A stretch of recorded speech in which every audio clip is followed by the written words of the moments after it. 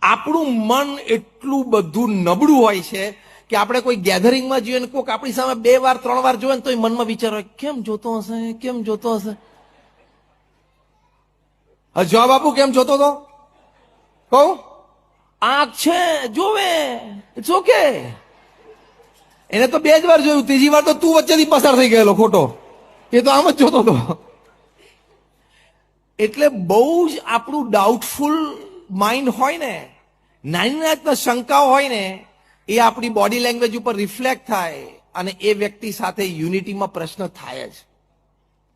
એટલે બહુ નાની વાતો મગજ ઉપર નહીં લેવાની. કેમ આવું બોલ્યો હશે, કેમ આમ જોયું હશે, કેમ આમ કર્યું હશે. Why are you giving so much of your time, energy and space in your mind to that person, to that happening? આવી નાની વાતો ગણવાની જ નહીં, તો જ યુનિટી રહેશે.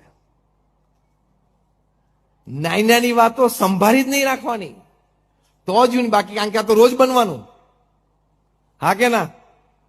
રોજ બનવાનું હતું. વર્ક પ્લેસ પર બનવાનું, તમે બસ સ્ટેન્ડ ઉપર ઉભા હો તો ત્યાં બનવાનું.